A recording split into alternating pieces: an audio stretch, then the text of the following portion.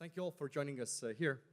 And I think as we are continuing with this overall theme of what's actually happening around the whole ecosystem, and with Jakob already having had the chance to kind of mostly talk about the Danish part, but covering the whole Nordics. And Robert was sharing all the numbers coming from the Finnish side. Then Reinis, we haven't heard anything from you yet. So is there blockchain being used in Latvia as well?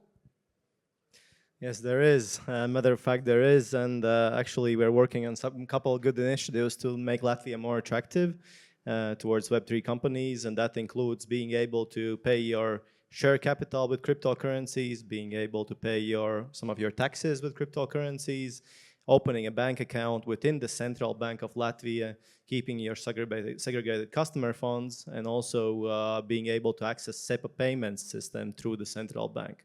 And some of those initiatives are actually made to really increase the adoption, to make Latvia more friendlier towards Web3 companies, and really make a stance. Yeah, I think that's altogether that's a pretty good offer for Web3 companies to actually settle in Latvia. Yes, like I coming from Estonia, we have some cool things as well, and we'll later have Ylane come and talk about a concept called e-residency, which allows anyone to basically become a digital citizen of Estonia, which then allows you to run companies from Estonia without ever having to be here.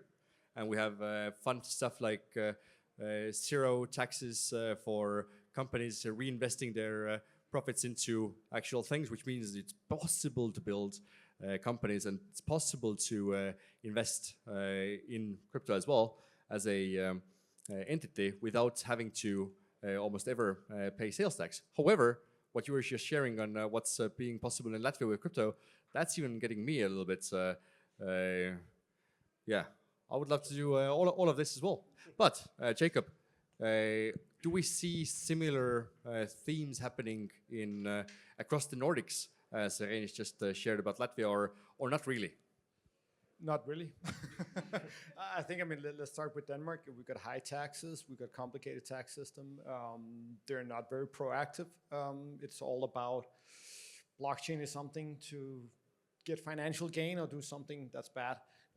It's not that bad, but I think what we're seeing in the Nordic, in Scandinavia, in Sweden, Norway, and Denmark is that we were just like missed the train totally. No one got it the first 5-10 years. So they haven't been proactive at all in trying to create a good community where you can build something. There is a lot of entrepreneurs, and we are a lot of entrepreneurs. So we are a lot of builders, a lot of people using it. But what I kind of define as an infrastructure, you need to make sure it's easy to operate, easy to open a company, easy to interact with governments. That's something we had a little bit in place, but we haven't made it easy for blockchain-related companies. But we're seeing changes.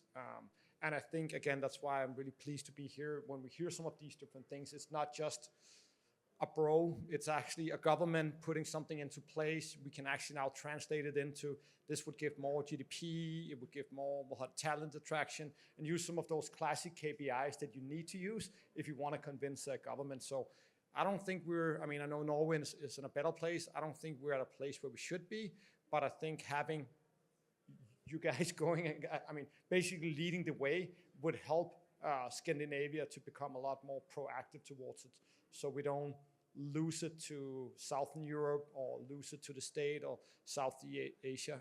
I think they're kind of recognizing that this is an industry that's been here for 10 years. It's a good way to attract talent. There's something with national security, digital identity. It's more than just the initial idea they had about it. So quite positive, but there's a long way to go, and I'm really jealous.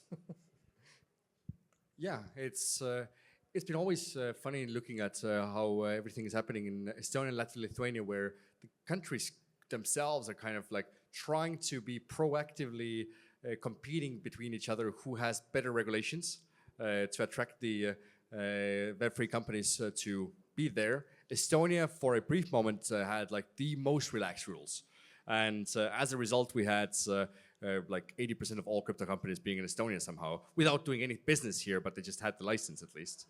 And then we made it a little bit stricter, and then it started moving towards Lithuania and Latvia. But how about what's happening in Nordics? Have you actually been seeing a lot of Web3 companies being set up there as well? Or is it just governments trying to be proactive and thinking what could potentially happen? I started trashing my own country and the region a little bit, but from a positive side, that means as well we got a really established system in place. And now when MiCA and legislation is coming into place, we see a lot of company actually coming to the Nordic. We couldn't, just from NBA point of view, the larger protocol didn't really find the Nordic interesting at all. We now have large international protocols looking and actually becoming members and being part of it. And with that said as well, we see larger companies building things on chain. We actually see companies that moved out are moving in again. So we're really seeing a positive trend. So share some names who are somewhere in Nordics. So, I mean, Ripple just said that they're going to join NBA. We had Binance, not Binance Academy, joining. We had Hedera, and that's just within a week. Which, I mean, I spent a lot of time as a VC trying to convince we should focus on the Nordic, but the argumentation was that it was more consumer, it's a small market, but you see a more larger company actually operating without the Nordic, and now I think we're moving into a enterprise era within the technology. We have the patience to build something that takes a long time, which is just not something you can launch over a couple of months. So the whole thing where we're moving into an enterprise era, in my perspective, means that this is where we have good businesses. They're going to do something on blockchain. That's why the larger protocols want to come into the Nordic region. So I'm extremely positive. And I think MiCA, we can say so many things about MiCA. It's not perfect, but at least it's a framework, right? I mean, at least it's something we can use, accept it, and let's build around it. So I see a lot of positive, a lot of trends. We're not as far as you guys, but a lot of positive trends. Robert, what does it look like from the Finnish perspective? Well, we in Finland are pretty quiet. So we have some long-established companies. For instance, CoinMotion, which is one of the Nordic's most oldest crypto exchanges, and then we have a couple others also. A couple years ago that have started. It's pretty small compared to Sweden or Denmark, but and then quite a lot from Finland. Then they decide to come to Estonia. So yeah, but hopefully we'll get something out from there. So we already see that Estonia and Latvia are getting a little bit more win on that side. So go Baltics. But Reinis, like, what do you see in Latvia, other than of course the government being proactive and trying to make it into an interesting area for companies to move to? How is Baltics in general when it comes to real Web3 companies? Because most of the protocols that we are hearing, they have some roots coming from like Western Europe, US, Asia.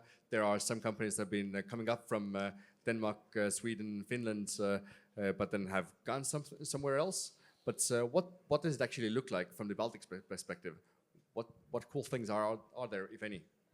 There are several good things in different sectors. I know that some of our colleagues here also in Scandinavia have actually built the statewide systems on blockchain. Like I think Finland has built the shipping routes, the logistics solution based on blockchain, right? Yeah, and then also the property management. Yes.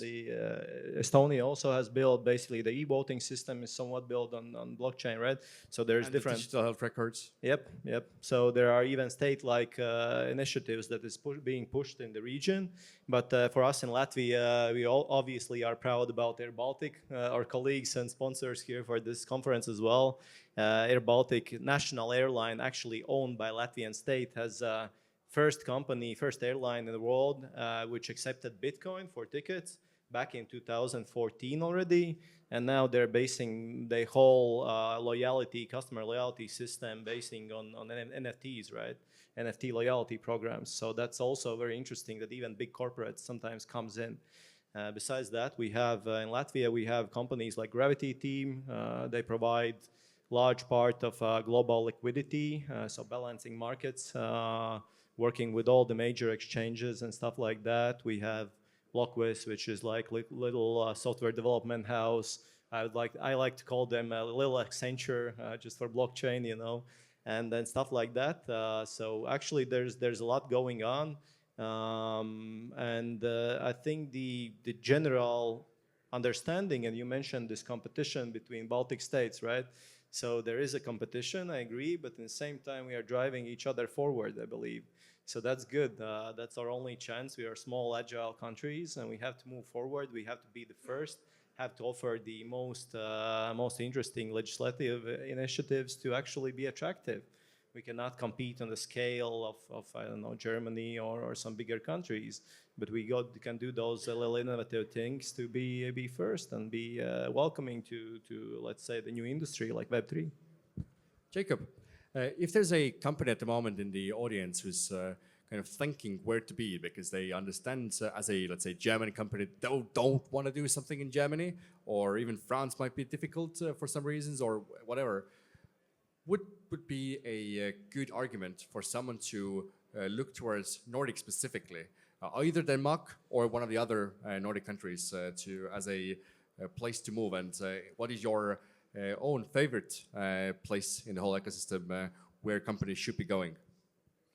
Oh, that's an interesting question. I think the most important thing is to state that the Nordic history of entrepreneurship is extremely high, right? I mean, we're building upon a legacy where we have been entrepreneurs for many years, and we have, is it 9% of all unicorns? I mean, it is a place to be in the Nordic, right? I think we are bashing a little bit that is not as perfect as we really would like, but we are a really fortunate region to be in, right? And I think we're moving into an era, I'll go into your point saying that this is not heavy labor, or it's not production. We don't need a lot of resources. So this is not, if you build a company in the region, you don't need to move to Asia or somewhere else, right? So I think the fundamental of being in the Nordic is for sure there.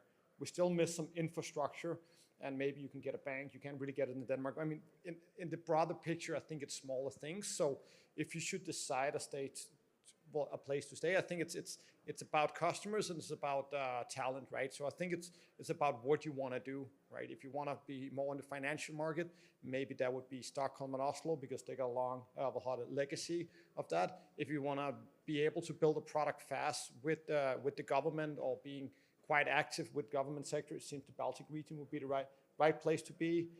In Denmark, if you like hygge and beer, Denmark can have the same attributes. So I think for me, the region kind of have the same kind of a hot aura towards it. Then it depends. Let's say maybe go to Baltic if you want to build something fast and get your licenses. And if you want to target a larger industry, then you go to that city. I wouldn't really say that I would have a favorite place. I think we got great opportunity in the whole part. And if we take that as an ecosystem, you don't need to have a company just in one country, right? So Jakob has been super honest before, like what are the bad parts of Denmark as well and the whole Nordic region. Reinis, you were were discussing like what are the great things about Estonia and Latvia, but what would be some of the things that you would be bringing out as the not so great parts in Baltics? Yeah, obviously one big thing that the industry has been struggling with is the cooperation with banks and banking sector. It's been, in my mind, very protective. And as you also mentioned, it's been hard to sometimes even open bank accounts for crypto companies, right? The fault is in the Swedish and Danish banks. Those are running the market. Okay, yeah. So yeah, this has been a historically big problem in my mind. So that is actually the reason why we were pushing for that Central Bank of Latvia initiative to actually open bank accounts directly with the central bank, because the commercial banks were just so inactive. And they were so protective. Instead of trying to be innovative, they tried to be protective and then not work with the innovation, right? So I think that was a big struggle. But, well, last year, and here are good and bad parts about MiCA regulation, right? But one of the good parts is that in the highest level of EU, the European Parliament and EU Commission has said crypto business is legit business. That's right. Last year, April, EU Parliament accepted the MiCA regulation, which basically means crypto businesses in the EU are all legit as long as you work in the frame of those rules, right? So I think that should change now. There will no longer be a chance for banking sector to put their heads in the sand and say that that's not a real business, or there's only scams, or whatever else are the cliches, right? I think that will change. So that will bring a big changes, especially this year and next year within the EU and also within this region. So already seeing a couple of banks being proactively pro fintech and pro crypto more. They want these clients, and then I think they'll come along. So that was important step. Yeah, I just maybe wanted to add something. I know I was bashing a little bit, but that was just to get you guys' attention, right? I think, I mean, if you look at Denmark and the Nordic, I mean, we have some of the best banking infrastructure, right? We got some of the easiest way to incorporate a company. And then this new technology comes in where we are not really patient, we're just pushing things through. So I think as well, like when I look at the Nordic, I actually think we got a good infrastructure. I think maybe we as an industry wanted to explain something that was extremely complicated, we didn't even get ourselves, right? And I think at least what I'm hearing in my network, I haven't heard someone complaining about not getting a bank account for a couple of years now. So I think we still... I did hear that Sweden has a lot of trouble there. Yeah. But other than that, it's been more or less okay. At least in Denmark, I haven't heard about it, and the people that I heard where it was an issue, they didn't have their the books in order. I mean, and not because they were doing anything, they just won't prepare. Like if you need to create, you at least need to have everything in order. So I actually think we are at a good spot, and I think as well what we kind of see the Nordic. At least when you have a HQ in a Nordic country where you know it's maybe a little bit complicated, it's a little bit more rigid, it's a good branding exercise and it gives a good value proposition for it. And as well, it's an entry barrier. I mean, it's technology, you can copy things quite fast. If it takes some time to set up and be correctly regulated, then people are not going to compete against you as fast, right? So I think as well, we're a little bit harsh on it, but I actually think they are being proactive. We had legislators joining our conferences. They are being proactive. They just need to catch up to speed. So I think it's up to us as an industry as well to maybe be a little bit more, okay, things doesn't change overnight. Yeah, I think the whole industry has gone through a nice maturing cycle because even 10 years ago, we were mostly doing all sorts of cowboy stuff, just testing and seeing what sticks, and it of course attracted some companies that maybe weren't with the cleanest ideas as well. But in the last few years, it's been really maturing, and more or less every company who is still present in the region, who has the current license and who are going for the next license, they have gone through the whole hellfire to make sure that they are seen as great market leaders there. And as a result, we see that the governments are also getting more proactive, and we're starting to hear that also the corporates are starting to play around with the whole technology as well as doing collaboration with the startups. As a EY representative in the whole region, have you been seeing some interesting use cases or ways how the corporates that you're working with are starting to really get interested more in working with blockchain or working with different Web3 companies? Yeah, there's been tests running around. For instance, the Finnish tax office, they have started to use blockchain in tracking of payments, and then also what was it? It was for this like green passport initiative, also by the government. So the government side is really interested in it, but not so much from startups. But the community in Finland is really small. But yeah, so we need to really gather up.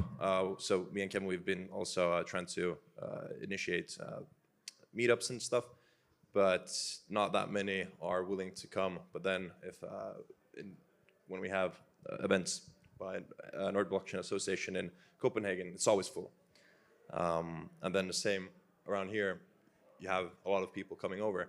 So yeah, it just needs more people in. So if anyone's interested, come over to Finland. We're not as cold as we might seem. Reinis, other than Air Baltic, which is a clear case, do you see other Baltic companies also starting to play around with technology that's used to maybe be fading it even? You mean the corporates, right? Yeah. I guess there are a couple of examples. Yeah, there are some bigger companies looking for different applications. I might not disclose some of them because, but there are actually, and some things maybe that I can say on top of that is that there are interesting options for all sorts of things. There are interesting applications for telecommunication companies, right? So if you look at the region and so look at big telecoms, you'll probably see some blockchain-related innovation there. If you look at different state structures, even the central banks, they are working. For example, Latvian state central bank is working with Crystal, right? Crystal Analytics for seeing how the transactions have been done before and so on. And that's also a sort of industry-related company, which some of the founders are also connected with Latvia, by the way. And so you can see more and more stuff like that, and I think there could be a lot of blockchain-related application in various government sectors.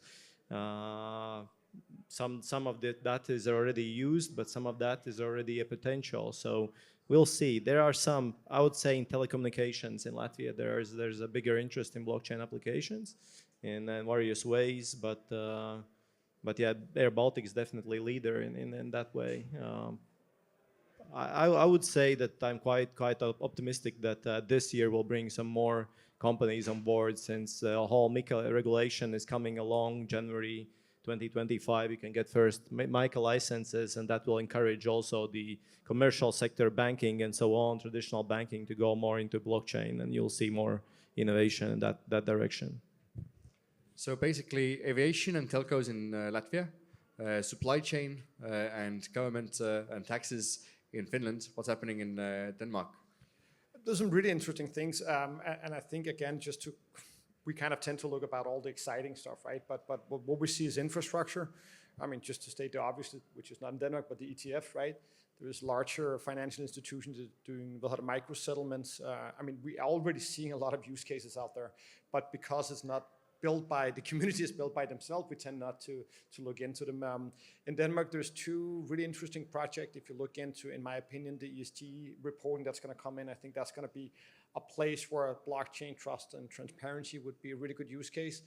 We have someone looking into trading certificate. So basically, when you're trading energies, I think it's around 12 billion transactions per year. I mean, of course, that could be do on chain. That's what they're working on right now. We got someone who are building biomasses. Basically, they're financing they're using a fractional NFT to raise capital on a project to deploy in third world countries, where you are doing something for the community, and they build it in a structure which they can do on chain, where they borrow the money, and as the consumer paying it back, the ownership is transferred, right? I mean, again, doesn't really need to be blockchain, but the blockchain is extremely good to do that. And they're working with larger institutional funds for the funding part of it. I think they have 2 things up and running right now. So we see something in the energy sector where there's a lot of different transactions going on. You need to manage it. It's a financial game. And that's where I see something where I find it extremely interesting, because it's giving transparency, especially in the energy sector, which have been, in my opinion, crazy the last couple of years with a lot of different bonuses and lack of transparency. We can create transparency in that sector. And if you need to finance something and want to crowdfund it, this is an amazing way to do it. So that's just to highlight, in my opinion, some use cases that's already up and running that doesn't get a lot of attention at all, because it's not that new. So we see a lot of these things. We have in the supply chain as well, I think it was 16 use cases where they track the supply chain, everything from who actually got paid, so you could see the employee got paid, to distribute the profit from a specific carrier down to the employee, so you could basically track it. So when you bought a good and there was a profit on that shipment, the employee would actually get it, and I think they got more than 35% extra in salary, which was creating more motivation. You have Rockamore, a Danish shoe brand called it doesn't rhyme in English, but from shoe to from cow to shoe. You could basically trace it, you could see what cow was used, you could actually talk about was this actually something that was doing a difference. So I actually think there's a lot of these different things. It's not just done within this ecosystem, it's often technology players that want to find a solution, and then they hire in-house some blockchain developers. So I think we're seeing a lot of these different things, but the interesting part is that it's done within, of course they're using some of the solutions out there, but there's a big trend as well that you just hire them, because there haven't been one chain to rule them all. There's all multiple chains out there, so I think they're a little bit unsecure which chain they should build on. So we see a lot of really positive things. There's something called Nordic Blockchain Alliance.com. You should really check it out. It's a public initiative where all these use cases are highlighted, so I'm quite positive. On that note, I would also want to open the floor for any other questions if anyone wants to know something very specific, or if you have some good remarks on bringing something out, then put your hand up as well and I'll give you the microphone. So I'm taking volunteers. Or no questions?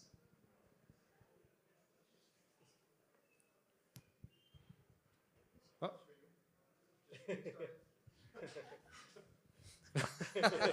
I don't have any questions. No comment.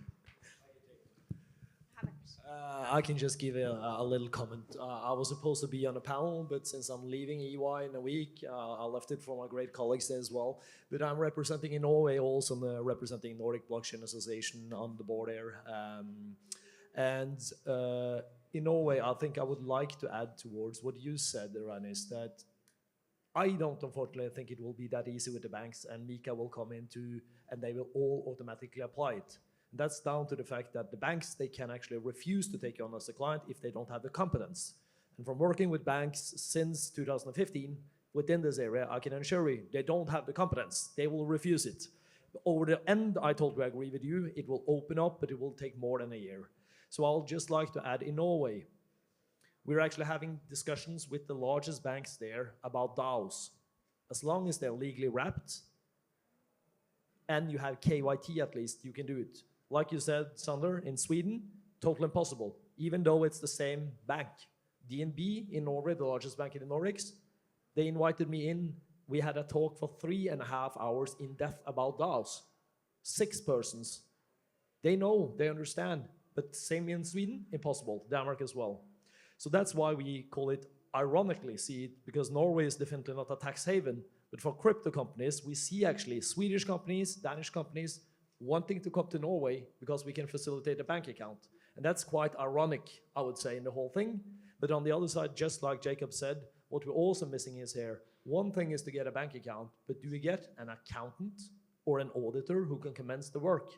And I think I would just like to add that to the panel here, because what we're talking about is sort of the basis of what we can do within this industry. But even though we are legally, like you said, Reinis, we are legally now cleared if you are within the sphere of Mika, but still, if your accountant or an auditor won't take you on, then you have a problem, then you need to move out. So I think these issues should also definitely be addressed here as a very important thing of the basis of, call it, core company structure that needs to be in place in order to succeed. Not only about the use cases, but actually the basis of the infrastructure as well. So that's something that I think we need to work on all together, and is very, very important in so matter.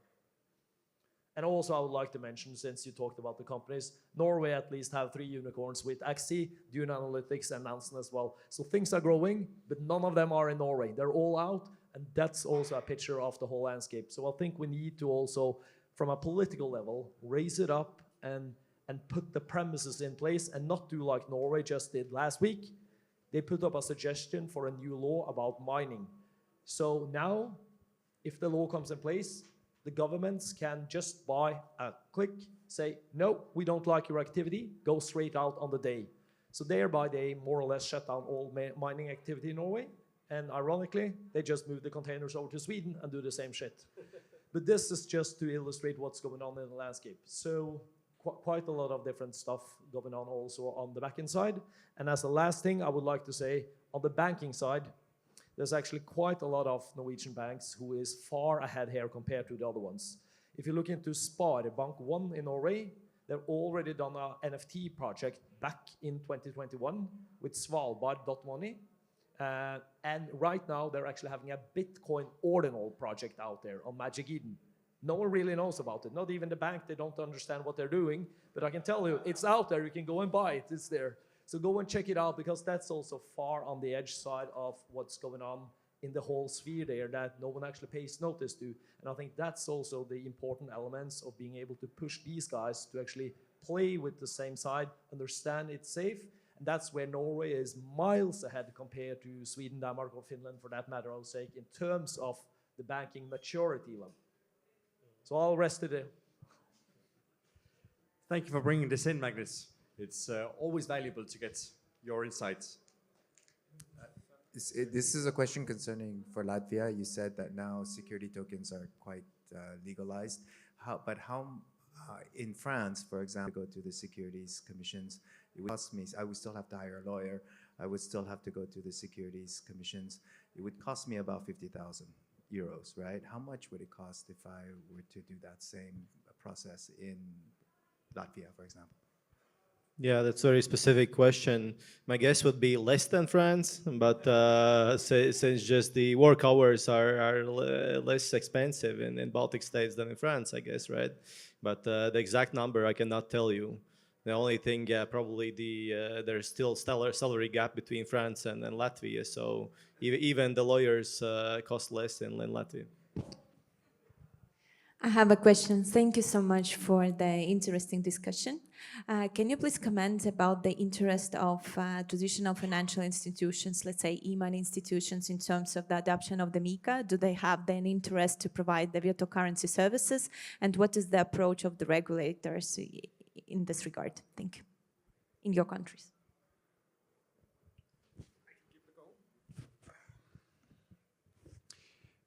For the last couple of years, when we had our conference, we had representatives from national banks joining and having good dialogues upon it. In my opinion, it seems like there's an overall understanding that this needs to be looked into, but from a working group perspective, as I understand it, and I received an invite, a random invite that was just sent out to people who maybe had something to do about it. It didn't seem that structured. So I think they are proactive about how they could implement it, but I don't really think they see that as more than we just need to be aware of it. And I know there's someone that know more about this topic, but when we look at it from our point of view, they're showing interest and they're doing something, but it doesn't really seem like it's a bigger play, to be honest. That's kind of the take. And then what we hear, I know there's working groups, we know there's stuff like that, but we haven't seen any clear plan or any clear way of doing it, which hopefully will come soon. But we haven't really seen a lot of these things besides just showing up, which for us is a great thing to begin with. So we're positive, but still, I don't know, what's your experience? Well, in Finland, there's this member in finance who've made Euro-E stablecoin, which is the first MiCA regulated stablecoin, and they're registered in Finland, and so the Finnish government side, they do have competent people there, and they're constantly going to events and others and gathering more knowledge. So yeah, that's at least what we have in Finland. And I think in Denmark there's also one stable coin project coming up soon, but I can't recall the name. Yeah, but again, I think they're just looking into it, in my opinion. They're looking into it. They now understand, which at least in the Danish content, that's a great thing. They're really going somewhere, but I don't think they're going to be ready for really understanding what's going on. I think they're looking into it, which is extremely positive, but I don't think there's a clear strategy. And I think there's a little bit more waiting on what's actually going on down in the European Parliament in regards of what they're gonna do and what their position is gonna be towards it. And then at least Denmark tend to kind of follow that and implement it in some kind of capacity. So I think there's a little bit of a waiting game. They know something's gonna happen, they're looking into it, but they're just waiting. Yeah, I would say that Latvian Central Bank in a way is very proactive. You can get pre-licensing consultations with them and so on. But I would have, if we put the discussion into context of stable coins and so on, then I would look towards the direction of ECB and then see what they are actually thinking about this. And I really hope that there is no trouble coming in terms of providing private like stablecoin issuers would be able to operate as they are and even expand their businesses in EU. But I'm not quite sure that ECB will not crack down on them. Let's say this. So I expect there might be some news coming out during this summer on this. But yeah, currently with how things are at this moment, I think that for stablecoin issuers, there's good opportunity to actually expand and take a large market share in the EU. Thank you. Thank you for the question and thank you for the answers. Do we have? We do have. Thank you. This question is related to Mika or Micah, whichever way you want to pronounce it, related to the travel rule and the simple fact that, as I think most of us are aware, compliance with the travel rule under blockchain, under existing conditions with cryptocurrencies, not exactly the most achievable.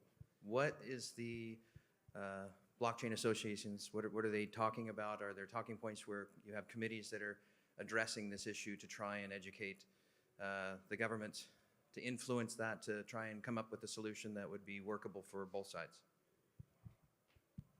I think there's two sides. Like the very simple part here is that yes, there's the idea that in the future you have a company in one country, you have a license in this one country, and you can operate across the world because of that. It's not going to be the reality at all, because we've been at least hearing from some banks who are saying that we will never open accounts for companies coming from specific countries.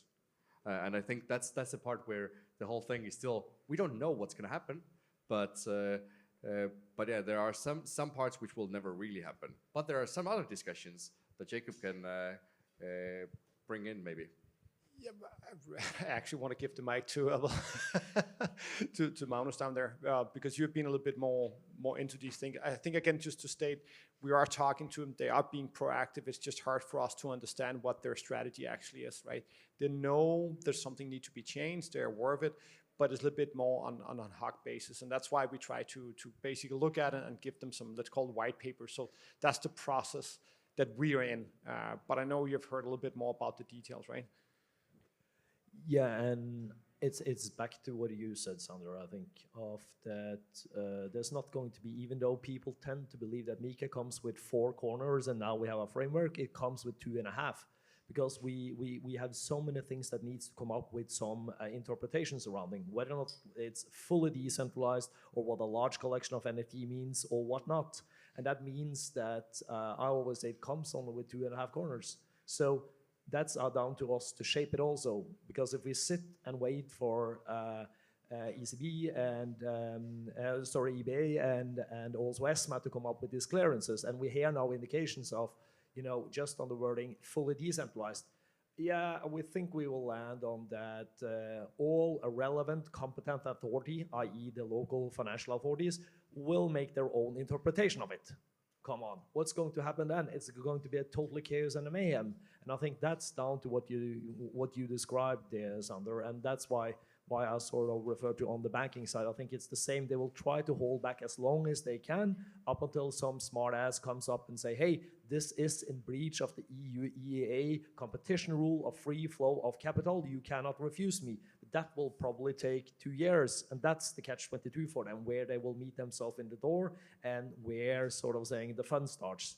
So I think we should predict now a period where none of the actors, like to your question also on that side, that they are preparing for the whole of 2024, but they're not doing any sign-off before at earliest 25 when it fully enters into place. So for example, in Norway, the largest bank there, DNB, they've said, we can offer custodian services if you would like to, but that's just down to the fact that they do risk diversification. They use fireblocks on the back-end side. Stupid consumer out there doesn't see that one. They refer to it as the bank. So I think there's lots more of, call it, opportunities for the back-end side who provides the infrastructure. So for example, when it comes to your question of financial institutions also, going in there, classic ones, I don't believe they will go in there because they see it as a high risk, they don't have the competence. But for example, Norwegian Block Exchange in Norway right now, they have an e-money license that I helped them gain. And right now, this week, they publicly announced they're making now a stable coin on Cardano, which they're issuing there. Boom, they have the e-money license as well. None of the financial classic institutions understand it, but they will have to diversify the risk and buy the services from them. And that's the new business model. So I think personally that the exchange, that is the first one to actually obtain an ordinary banking license, is going to be the next bank in the world who's going to rule the whole shit. But that's going to take some time, but they're still working on it. So that's my prediction in the whole sphere, and why I've been on stage for several years and saying the next 10 years I predict a total economic chaos. And that's not because I could predict a certain president in the US or World War III. It's just because I'm working with the deepest basement builders of the 1-2 persons. And also on the other side, I'm a prostitute in a suit. So I work with central banks and government and OECD and all of them. And when these two meet each other, it's not a perfect match. And that's where we are exactly now. So I think the important thing is to try to be as, call it, lenient as you can, be as humble, and try to adjust the rules towards where it fits their standards, but still drive and push the innovation. And I think it's the mixed thing there that comes up with the 2.5 corners of Mika that makes this one really interesting, because even if, like we discussed, you can try to say you kill a DAO or whatever it is, it's not like you kill it. You find another way around it. And if everything had been fixed in this landscape, well, then it would be easy. But it's definitely not fixed. It's under construction. And that's where I see the hope for the whole thing. But in general, I would say to all builders out there, understand your risk, because history has a tendency to repeat itself. And that's what we have seen from the 2017 market. They're being addressed by US governments right now, 4, 5, 6 years after. And I think the same thing will happen within the decentralized sphere. So my advice is to stay humble and be cautious, but still drive the innovation. That's what's doing it. And I think this is a good segue to our small networking break, where we can actually go deeper in one-on-one conversations, asking more questions about the whole Nordics, Baltics, specifically about Denmark, Finland, Latvia, Norway, from our esteemed friends here. And yeah, so on that note, thank you, Jakob, thank you, Robert, thank you, Reinis.